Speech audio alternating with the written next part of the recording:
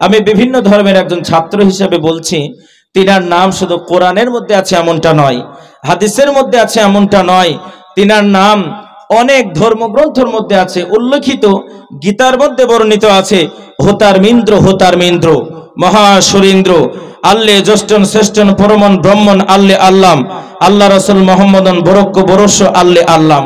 শুধু তাই নয়, আরো বলা হয়েছে গীতার মধ্যে লা ইলাহা হারতি পাপাম ইল্লা ইলাহা পরম পদম। আমার ভাই, শুধু এটাই নয়, সারা পৃথিবীর বুকে ওয়ার্ল্ড ফেমাস একটি বই লেখা হলো। বইটির মধ্যে বালক ব্রহ্মচারীর নাম আছে, গুরু নানকের নাম আছে, নদিয়া জেলার মহাপ্রভু শ্রী চৈতন্যর নাম আছে, এমন করে শ্রীকৃষ্ণর নাম আছে, রামের নাম আছে, আদমের নাম আছে, বিংশ শতাব্দীর শ্রেষ্ঠ একজন মহাবিজ্ঞানী স্যার আলবার্ট আইনস্টাইন, তিনার নামও কিন্তু সেখানে আছে, যীশু খ্রিস্টর নাম আছে। এমন করে সারা পৃথিবীর বুকে 100টা মানুষের নাম আছে। বইটার মধ্যে সর্বপ্রথম যে মানুষটার নাম লেখা হেডলাইনে মোটা অক্ষরে the Messenger of prophet Muhammad সাল্লাল্লাহু আলাইহি ওয়াসাল্লাম। আওয়াজটাকে উঁচু করে বলি নারায়ে তাকবীর। আপনারা হয়তো ভাবছেন বইটার লেখক মনে হয় আমার মতন কোনো টুপিওয়ালা, অথবা আমার মতো দাড়িওয়ালা, অথবা আপনাদের টিকটিকি পাড়ার মতন 5 ওয়াক্তের নামাজি। নেভার, কখনোই নয়। বইটার লেখক যিনি, তিনি একজন টুপিওয়ালা নয়, তিনি একজন দাড়িওয়ালা নয়, তিনি একজন 5 ওয়াক্তের নামাজি নয়। বইটার লেখক যিনি, তিনি একজন খ্রিস্টান ধর্মের মানুষ ছিলেন, যার নাম হলো মাইকেল এইচ হার্ট। তিনি তিনার বইয়ের মধ্যে সর্বপ্রথম যে মহামানুষের নামটা নিয়ে আসলেন, তিনি হলেন শেষ জামানার বার্তাবাহক নবী, যার নাম আহমদ, যার নাম মুহাম্মদ। আওয়াজটাকে উঁচু করে বলি নারায়ে তাকবীর। সারা পৃথিবীর বুকে বিভিন্ন মনীষীর চোখে মুহাম্মদ সাল্লাল্লাহু আলাইহি ওয়াসাল্লাম। আমি আপনাদেরকে বলি, এমন একজন মহামানুষী, এই যে টাকার উপরে একজন মানুষের ছাপ আছে, যার মাথায় একটাও চুল নাই, এর নাম কি বলেন তো? কি নাম? গান্ধীজি, মহাত্মা গান্ধী।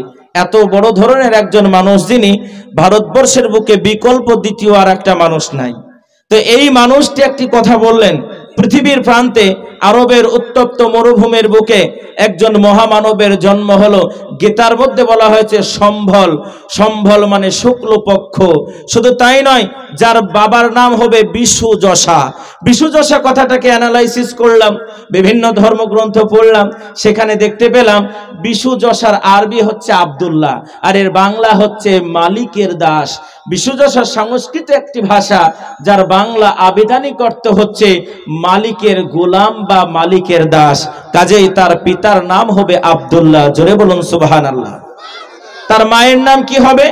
সাংস্কৃতিক ভাবে সুমাতান বলে আখ্যায়িত করা হয়েছে। সুমাতান মানে হচ্ছে নিরাপদ। আরবিতে নিরাপদকে আমিনা বলে আখ্যায়িত করা হয়েছে। তাহলে তার মায়ের নাম হবে আমিনা, আর বাংলা অর্থ হলো নিরাপদ। এইরকম ভাবে বলছেন এমন একজন মহামানুষের জন্ম হয়েছে, যিনি দুলোক ও ভূলোক উভয় জগৎকে ভব্যতার সমাজ গড়ে পৃথিবীর মানচিত্রে উত্তম আদর্শের বিকাশ ঘটিয়েছেন। তার নাম হলো মুহাম্মদ। একবার জোরে বলুন সুবহানাল্লাহ। ইউরোপের একজন বিখ্যাত বড় সাহিত্যিক, যার নাম হলো ডেনমার্ক, তিনি বিভিন্ন মনীষীর চোখে মুহাম্মদ সাল্লাল্লাহু আলাইহি ওয়াসাল্লাম, একটি বই আছে। ডেনমার্ক তিনার উক্তিতে বলছেন যে মুহাম্মদের জীবনীখানা পড়লাম, তিনার মতন আদর্শ, তিনার মতন সুন্দর, তিনার মতন গঠন দিক থেকে, তিনার মতন আদর্শের দিক থেকে আমার চোখে বিকল্প আর একজন নেতা পেলাম না। এইরকম ভাবে আর্মানিয়ার মহা সভ্যতার একজন বিখ্যাত বড় সাহিত্যিকবিদ, তিনি তিনার জবানের মধ্যে বলছেন যে আরবের বুকে একজন মানুষের জন্মগ্রহণ হয়েছিল, যিনি নারীর মর্যাদার জন্য অক্লান্ত পরিশ্রম করেছেন, যার নাম হলো মুহাম্মদ। একবার জোরে বলুন সুবহানাল্লাহ।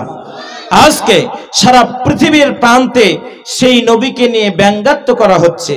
কখনো বা নবীজির চিত্র অঙ্কন করা হচ্ছে, কখনো বা নবীজির মাথার উপর একটা বোমার ডালি চাপিয়ে দেওয়া হচ্ছে।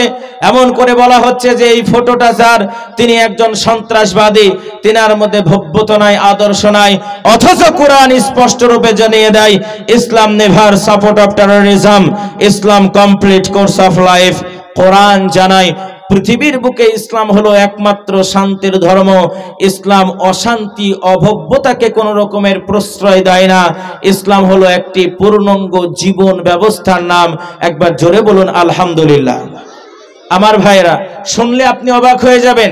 আজকে সারা পৃথিবীর প্রান্তে, সারা পৃথিবী একদিকে আর ইসলাম একদিকে। আজকে ইসলাম মানে জঙ্গিবাদী, ইসলাম মানে আতশবাদী, মুসলমানদের মধ্যে আদর্শ নাই, মুসলমানরা কখনো সভ্যতা হতে পারে না, মুসলমানদের মধ্যে ন্যায় ন্যায় নীতি নাই। আজকে সারা পৃথিবী একটা কাঠগড়ায় দাঁড়িয়েছে, যে কোনো ভাবে ইসলামকে কলুষিত করতে হবে। আমেরিকার বুকে কোরআনকে ফুটবলের মতন লাত মারা হলো। আপনাকে বলছি, কোরআনকে ফুটবলের মতন লাত মারা হলো। শুধু তাই নয়, কোরআনের উপরে দুইটা পাকে চাপিয়ে দিল। দুইটা পা চাপিয়ে দিয়ে ভিডিও আপলোড করে সোশ্যাল মিডিয়ায় আপলোড করে দেওয়া হলো। এমন করে কোরআনকে দাও দাও দাও দাও দাও দাও করে আগুন লাগিয়ে জ্বালিয়ে দেওয়া হলো। আল্লাহ ছাড় দেয় কিন্তু ছেড়ে দেয় না। দেয় নাকি গো? আল্লাহ ছাড় দেয় কিন্তু ছেড়ে দেয় না। আজকে ছোট্ট ছোট্ট মাজলুম শিশু, ফিলিস্তিনের শিশুগুলাকে হত্যা করার জন্য যেই সংস্থা থেকে 2000 কোটি টাকা অনুদান দেওয়া হলো, 200 কোটি নয়, 2000 কোটি টাকা অনুদান দেওয়া হলো। পৃথিবীর মধ্যে একমাত্র অভব্য যেই দেশটির নাম হলো ইসরায়েল, যাদের মধ্যে মানবতা নাই, যাদের মধ্যে হিতাহিত জ্ঞান নাই, যাদের মধ্যে মনুষ্যত্ব নাই। ছোট্ট একটা বাচ্চা যার নাম হলো আব্দুল্লাহ, 10 পারা কোরআনের হাফেজ। ইসরায়েলের একজন সেনাপ্রধান আব্দুল্লাহর বুকের উপরে AK-47 একটা গুলি ধরেছে এবং বলছে, আব্দুল্লাহ একটিবারের জন্য বলো ইসরায়েল জিন্দাবাদ। আব্দুল্লাহ তখন বলে উঠেছিল, নেভার, কখনোই নয়, মসজিদে আকসা জিন্দাবাদ। দ্বিতীয়বার যখন বলা হলো, এই আব্দুল্লাহ তুমি একবার বলো ইসরায়েল জিন্দাবাদ, ইহুদিবাদী জিন্দাবাদ, আব্দুল্লাহ দীপ্ত কণ্ঠে বলেছিল, নেভার, কখনোই নয়, আমার শরীরে 1 ফোঁটা রক্ত থাকা পর্যন্ত আমি বলবো না ইহুদিবাদী জিন্দাবাদ। তিনি দ্বিতীয়বার বলেছিল, মুসলিম উম্মাহ জিন্দাবাদ। আওয়াজটা উঁচু করে বলে নারায়ে তাকবীর। আমার ভাইরা, শুধু এখানেই ক্ষান্ত নয়, ছোট্ট বাচ্চাটার উপরে 3 নম্বরের বেলায় যখন বলা হলো একটিবারের জন্য বলো আব্দুল্লাহ তুমি একবারের জন্য বলো ইসরায়েল জিন্দাবাদ, সে দীপ্ত কণ্ঠে বলেছিল মসজিদে আকসা জিন্দাবাদ। আজ বড় দুঃখের সঙ্গে বলতে হয়, মুসলমানের সন্তানগুলি মসজিদে আকসাটা কি জিনিস সেটাই জানে না। আজকে মুসলমানের সন্তানগুলি আজকে চিড়িয়াখানায় টুরিস্ট হিসাবে যায়। আজকে মুসলমানের সন্তানগুলি অভব্যতার নিরিখে এমন ভাবে পৌঁছেছে, আজকে হ্যাপি নিউ ইয়ারকে কেন্দ্র করে, 31st নাইটকে কেন্দ্র করে, 25শে জানুয়ারিকে কেন্দ্র করে মুসলমানের সন্তানগুলি ইহুদিয়ানা রাষ্ট্র, ইহুদিদের কালচার, ইহুদিদের শিষ্টাচার, ইহুদিদেরকে এমন ভাবে মনের মধ্যে গ্রাস করেছে। আজকে মুসলিম সমাজে 31st নাইটকে কেন্দ্র করে সারা রাত্রি ধরে মদ আর গান আর বাজনা দিয়ে সারা রাত্রি পার্টি হয়। জোরে বলেন, ঠিক বললাম না ভুল বললাম? আপনাদের এলাকায় আছে এমন? আমি আমার নদিয়া জেলার কথা বলছি। যিশুর জন্মদিনকে কেন্দ্র করে ওই বড় দিনে 25শে ডিসেম্বর বড় বড় কেক কিনে নিয়ে এসে তারা আজকে উদযাপন করে, অথচ এটা মুসলমানদের ঐতিহ্য নয়। আজকে তুমি যাদেরকে কেন্দ্র করে 31st নাইট পালন করলে, ওই ইহুদি সভ্যতার, ইহুদি জাতির একটি উৎসব হচ্ছে 31st নাইট।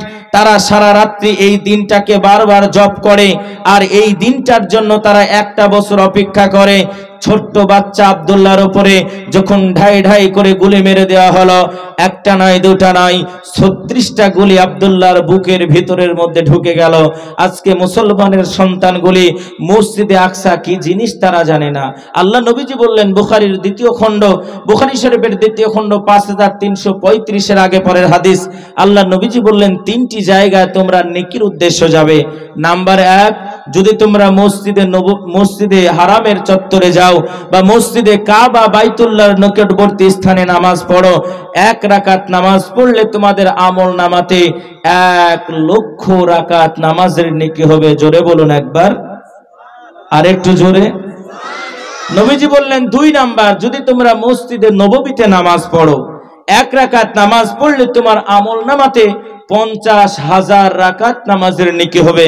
আল্লাহ নবী বললেন 3 নাম্বার টার্নিং পয়েন্ট হচ্ছে যদি কোনো ব্যক্তি মসজিদে আকসায় নামাজ পড়ে, 1 রাকাত নামাজ পড়লে তার নামায় আমলে 25,000 রাকাত নামাজের নেকি হবে। ইহুদিবাদী কোথায় থেকে আসলো? এই ইতিহাস